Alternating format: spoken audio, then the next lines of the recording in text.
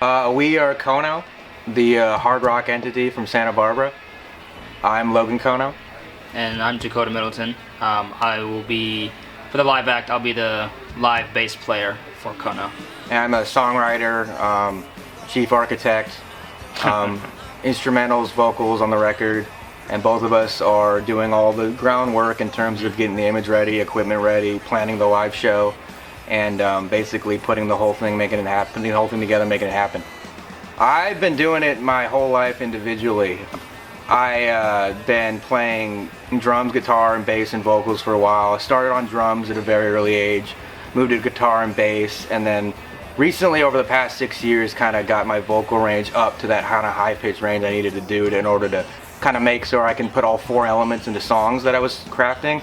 But you know, I come from a musical family that's involved with the arts. I come from a family that's involved a lot in music education. You know, it's basically been a lifelong thing for me. But you know, we've been friends for over 10 years. Yeah, since high school. You know, and we both kind of have a similar work ethic and thing about trying to get things off the ground the way we want to. Mm-hmm. Well, pretty much most of my influences are rooted in the 70s. I just any of that, the 70s hard rock coming out of England or some of the Midwest in the early 70s, even back to the late 60s. I root all my songwriting in that stuff, but I also have a lot of stuff based in you know, the 90s stoner rock stuff. There's a bit of some punk, and especially in terms of the imagery or DIY, but in terms of songwriting and instrumentation and tones, especially drums and you know, definitely drums and leads, I'm definitely influenced by mainly just, you know, what I consider the rock heyday of the early to mid 70s. It's kind of cool. My influences are not that at all. I was definitely brought up listening to like same like 70s era, but like the other side of the coin, where I was listening to a lot of disco and R&B and Motown and stuff like that. So that's sort of where I bring that influence to Kono. He's able to kind of bring the, you know, some more of that, you know, session Motown style to it, you know? Right. And that's yeah, that's definitely what I'm about. The font that we're using, for example, like on our music video and our posters, he's taken his education behind the graphic arts and he's putting that into our flyers and he's putting that into our content. This is not my education, but I'm seeing what he's doing, and he's really wed the two very nicely. And he's making really dope fonts. He's got dope posters with cool imagery, and it really does like spark curiosity. Like I'm looking at it, I'm like, wow, like this is cool to look at. So I think that's probably the best example of what you're talking about there.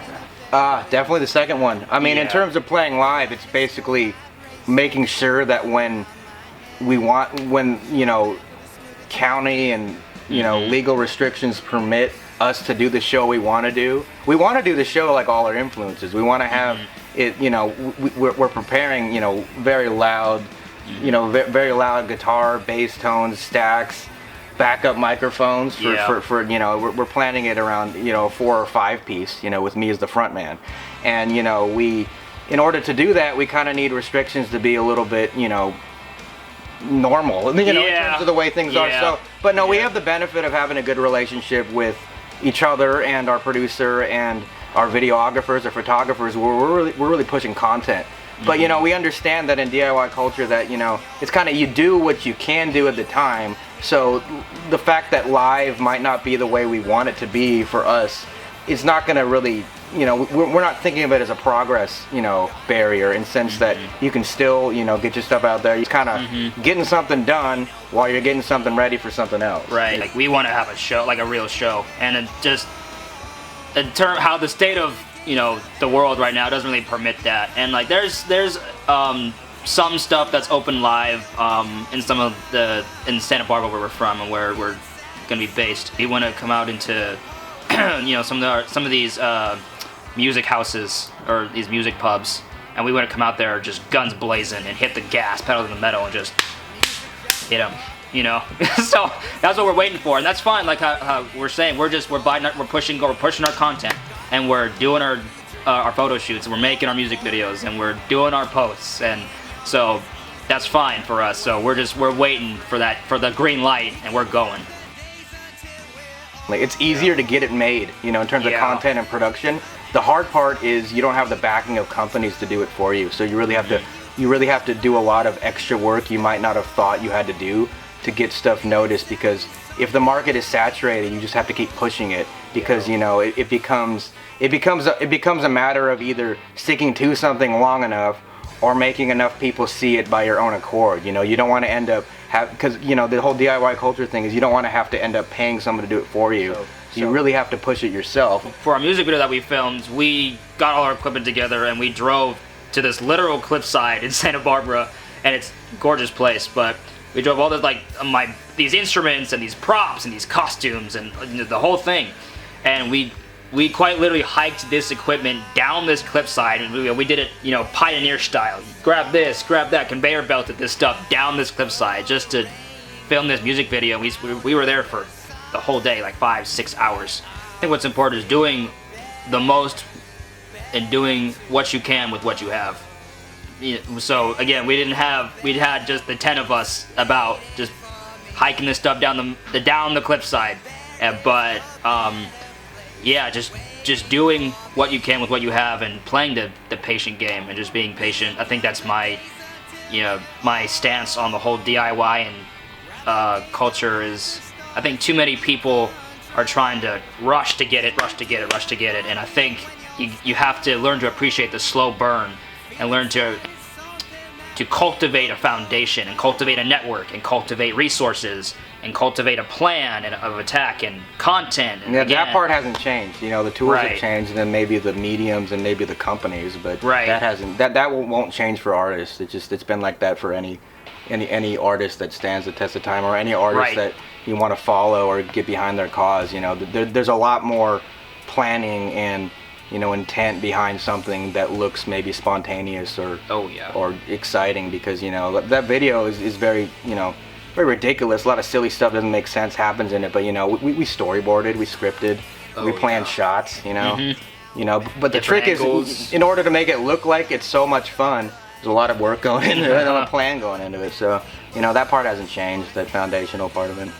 You definitely just get more excited each time you build that, you know, you legitimize yourself more in the hard rock world every time. It's like, now you have another video. It's like, now you got more songs. Now you're getting more copyrights in your own material. Now you're getting more, you know, views or more people that want to see when your show's out. Now you make a better flyer. Now we make better flyers. You know, you learn each time, you know? Yeah. So I definitely just look forward to, like, you know, each of those checkpoints for sure. And, you know, I definitely want to have a decent catalog. You know, you also take time and age into consideration. I want to have at least some catalog behind me by the time I'm 30. So, you know, you think about it in terms of your own life as well. Yeah. I think what I'm most excited about is just playing. When I get in it, it is unlike anything that I just ever go through. And that's why I asked him in the group. You know, he's always been a performer, you know. Yeah. Like in high school. You know, Yeah. That's why we became friends, you know. Yeah. I would tell that story. Basically, you know, we were in PE class, and the teacher had to go out and go get something, or, you know, let a bunch of kids wait for 10 minutes, and, you know, all the other kids would pull out their phones or they're sitting down doing whatever, and he walks up the bleachers and he starts doing this dance routine and practicing pin drops on the top set of the bleachers, and I'm like, I want to be friends with that guy. You know, the guy that's taking the time to, you know, become a better dancer performer and not caring what the other guys are thinking on their phones or whatever. So, you know, that's kind of how we started talking. They show me how to do that. No, what do you do? You know. So. Yeah. But yeah, I'm stoked to just to play, get up there and hear the crowd and hear the noise of it all, and, you know, be with, you know, my closest friends on the gig playing, and just being in that moment and having that experience, and, like, God willing, go on a little mini tour, go up the Central Coast and do it with other people. And we'll tear it up. Yeah, collaborate with other people, have the show with them, and have those memories, have those times, and just be present in those moments, and just go out there and just live it up and do what I think I'm supposed to be doing, just having fun and performing.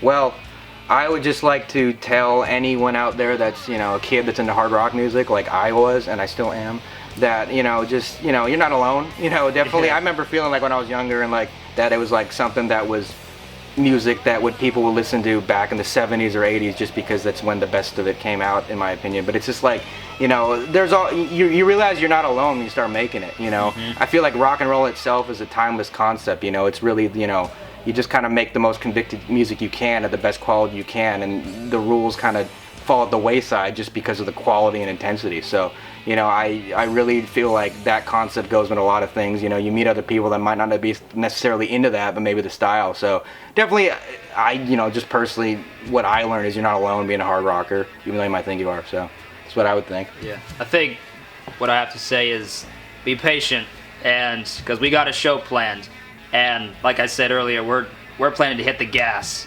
and you know, pedal to the metal. So when that happens, sit back and enjoy the ride, because we got great stuff in store, and that's what I'm super excited for.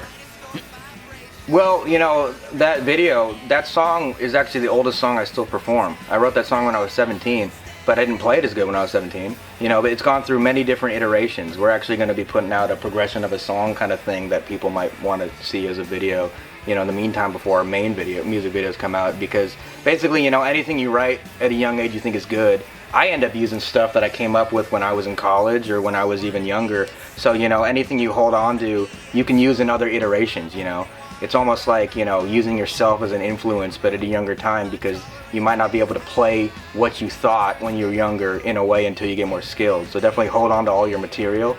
You know, like Dakota said earlier, you know, definitely knowing everything as a foundation. There's definitely a process to everything, even if it's, you know, something that is sold as spontaneous and fun and just very, you know, carefree. There's a method to anything good in the art world.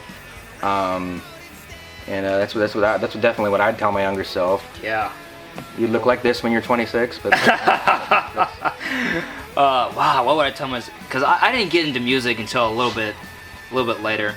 I was 14, so I'd probably say, God, seek the fun and seek that self-expression, and you know, because I think as long as you're seeking that, then everything else will kind of come up underneath that. Like, you'll want to practice, and you'll want to network, and you'll want to create, and you'll want to perform.